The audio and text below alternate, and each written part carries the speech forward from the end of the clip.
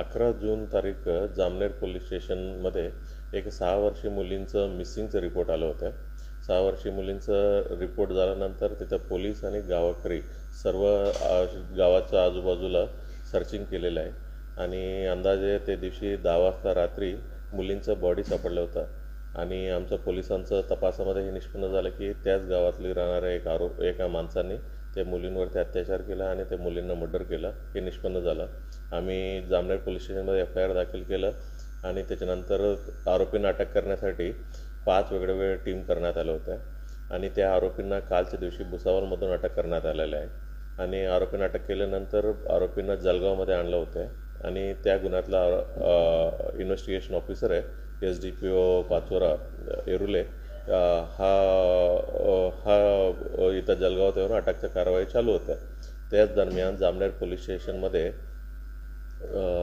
काही लोक जमा झाला आणि काही लोक जमा होऊन त्यांनी असे डिमांड करत होते की आरोपींना आमच्या ताब्यात द्यावी आणि आरोपींना आम्ही त्यांना शिक्षा देऊ अशा डिमांड करत होता. तिथला पोलीस स्टेशनला मध्ये असलेले अधिकारी आणि कर्मचारी ते पब्लिकला समजून सांगत होता की म्हणजे आरोपींना अशा ताब्यात देणं शक्य नाही आहे. ही गोष्टी समजवत असताना काही वेळानंतर रास्ता रोको केलं आणि तिथं तणावपूर्ण वातावरण झालं होतं आणि पोलिसांवरती दगडफेक झालं आणि त्याच्यानंतर पोलिसांनी स्वल्प बल वापरून त्यांना ते पब्लिकला डिस्पर्स करण्यात आलं होतं आणि त्या दगडफेकमध्ये 15 पोलिसांना जखमा झालं. त्याच्यापैकी 6 पोलीस आताही हॉस्पिटलाइज्ड आहे आणि कोणी सिरियस नाही आहे आणि त्याच्यानंतर जामनेर पोलीस स्टेशनमध्ये काल झालेलं ही घटनांचा गुन्हा दाखल करण्यात आलेला आहे आणि 15 लोकांना अटकचा कारवाई करण्यात आलेला आहे. सर्व बांधवांना मी हीच आवाहन करू इच्छिते. आरोपींना आम्ही अटक करण्यात आलेला आहे.